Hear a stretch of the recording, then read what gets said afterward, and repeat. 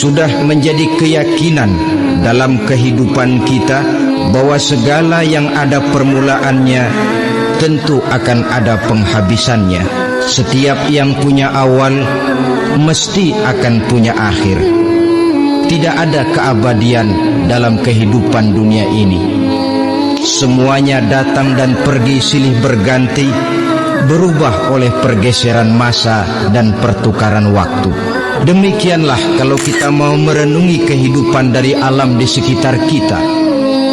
Sejak dari kehidupan tumbuh-tumbuhan, binatang, sampai kepada kehidupan kita, makhluk bernama manusia. Lihatlah kita manusia misalnya. Dimulai sejak kita terlahir ke alam ini, keluar dari alam rahim ibu, menjadi bayi yang merah tidak berdaya, untuk kemudian berangsur meningkat menjadi anak-anak. Dari kehidupan anak-anak berubah lagi kita menjadi remaja dengan segala keceriaan dan kelincahannya. Dan dari masa remaja naik lagi kita memasuki usia dewasa, untuk kemudian berangsur memasuki hari tua. Sehari, seminggu, sebulan, setahun, sampailah kita kepada batas waktu yang telah ditentukan oleh Allah, yang dinamakan ajal. Dan bertemulah kita dengan yang disebut maut. Ini merupakan kepastian dalam kehidupan. Kalau saja kita mau merenung perubahan-perubahan yang terjadi pada diri kita, seharusnya membuat kita insaf dan sadar. Di kala remaja kita begitu lincah, punya rambut yang hitam ikal berderai, punya lesung di pipit, punya senyum yang indah menawan setiap orang yang melihat, punya kulit yang kencang dan bersih. Manakala kita memasuki hari tua, perubahan frontal pun terjadi. Kulit mulai jadi keriput, rambut yang tadinya hitam ikal berderai mulai memutih, nikmat berkurang, gigi yang tadinya utuh dan sanggup mengunyah apa saja, satu demi satu permisi meninggalkan kita. Kemana keindahan yang tadinya begitu menawan? Kemana senyum lesung pipit yang tadinya menarik perhatian orang? Pergi meninggalkan kita, berubah oleh pergeseran masa dan pertukaran waktu. Nah, bila maut datang menjemput kita, selesailah kehidupan sampai di situ? Ternyata belum. Kalau lahir merupakan perpindahan hidup dari alam rahim ke alam dunia, maka mati hakikatnya merupakan perpindahan hidup dari alam dunia ini ke alam kehidupan yang berikutnya, yang dinamakan dengan alam barzakh. Andai kata hidup cuma sekali, secara moral kita sanggup berkata, alangkah tidak adilnya Tuhan. Kenapa? Dalam kehidupan ini kan aneka ragam terjadi. Ada orang yang zolim, ada orang yang dizolimi. Ada orang yang membunuh, ada orang yang terbunuh. Ada orang yang kaya, ada orang yang miskin. Ada orang yang jujur, ada orang yang menghalalkan segala cara. Sehingga banyak ketidakadilan yang terlepas daripada pengadilan dunia. Lalu orang pun bilang, di dunia ini katanya banyak pengadilan tapi sulit keadilan. Di dunia ini mudah mencari pengadilan tapi sulit untuk mencari ketidakadilan.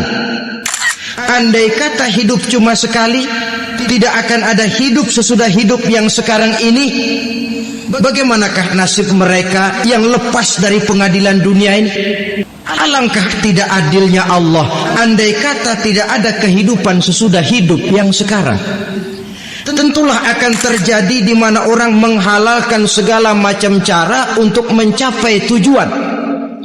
Yang penting kan saya kaya, yang penting kan saya punya jabatan dan kedudukan tinggi. Kalau perlu jilat atas, kalau perlu sikut kiri kanan, kalau perlu injak bawah. Ini prinsip daripada orang-orang komunis, dan pantas karena mereka tidak percaya kepada kiamat. Pantas karena mereka tidak percaya akan adanya kehidupan sesudah hidup yang sekarang ini. Maka saya menghimbau kepada seluruhnya, kita sudah kadung menyepakati negara ini berdasarkan Pancasila. Kita sudah kadung konsensus bahwa PKI dengan seluruh ajarannya tidak punya hak hidup di bumi Pancasila yang kita cintai ini. Maka salah satu ajaran PKI tujuan menghalalkan cara kita orang Indonesia yang berbudi pekerti luhur, yang punya nilai budaya tinggi, janganlah sampai mencaci PKI, membubarkan PKI, mengutuhkan PKI, tapi dalam kehidupan sehari-hari prakteknya prinsip komunis kita pakai. Apa itu? Tujuan menghalalkan cara. Asal sudah tujuan tercapai, cara apapun saja halal. Itu pandangan hidup orang yang tidak percaya kepada adanya hari akhirat. Sebagai muslim yang yakin akhirat ada, kiamat pasti akan datang. Hidup tidak cuma sekali. Maka kalau kita zalim, kalau kita berbuat aniaya, kalau kita melakukan korupsi, kalau kita merugikan orang lain, boleh jadi kita terlepas daripada pengadilan dunia. Tapi ingatlah, kita tidak akan pernah lepas dari pengadilan Allah, pengadilan Qadhi Rabbul Jalil, di mana kita akan diadili dengan seadil-adilnya, dan tidak satu perbuatan yang bersifat salah, yang bagaimanapun kecilnya, yang akan lepas dari pengadilan di akhirat itu nanti. Pantas saja kalau satu hari malaikat Jibril datang menasehati Rasulullah, yang artinya juga menasehati kita semua. Apa kata malaikat Jibril kepada baginda Nabi? Ya Muhammad, ish ma syi'ta fa innaka mayyitun. Hai Muhammad, hiduplah semau kamu, tapi jangan lupa kamu pasti akan mati. Kalau memang dilarang tidak terlarang, dicegah tidak tercegah, kamu mau melaksanakan hidup menurut maumu sendiri, persilakan, hiduplah menurut mau dan gayamu. Tapi jangan lupa, fa innaka mayyitun, satu saat kau pasti bakal mati. Dan mati itu bukan akhir dari segalanya, dia babak baru bagi kehidupan selanjutnya. Wa'mal ma syi'ta fa innaka majziyun bih. Kerjakan apa saja yang kamu mau. Kalau kau mau menghalalkan segala macam cara, persilahkan halalkan segala macam cara. Tapi jangan lupa, kau akan mendapat balasan dari seluruh amal perbuatanmu. Wa ahbib ma syi'ta fa innaka mufariquhu. Dan cintailah apa saja yang mau kau cintai. Kau cintai anak istrimu, silahkan. Kau cintai harta bendamu, tafaddal. Kau cintai tanah airmu, kau cintai pangkat dan jabatanmu, persilahkan. Tapi jangan lupa, fa innaka mufariquhu, kau pasti akan berpisah dan akan meninggalkan segala yang kau cintai itu. Apa artinya ini buat kita? Ternyata sesudah maut datang menjemput kita, ada kehidupan sesudah hidup yang sekarang ini.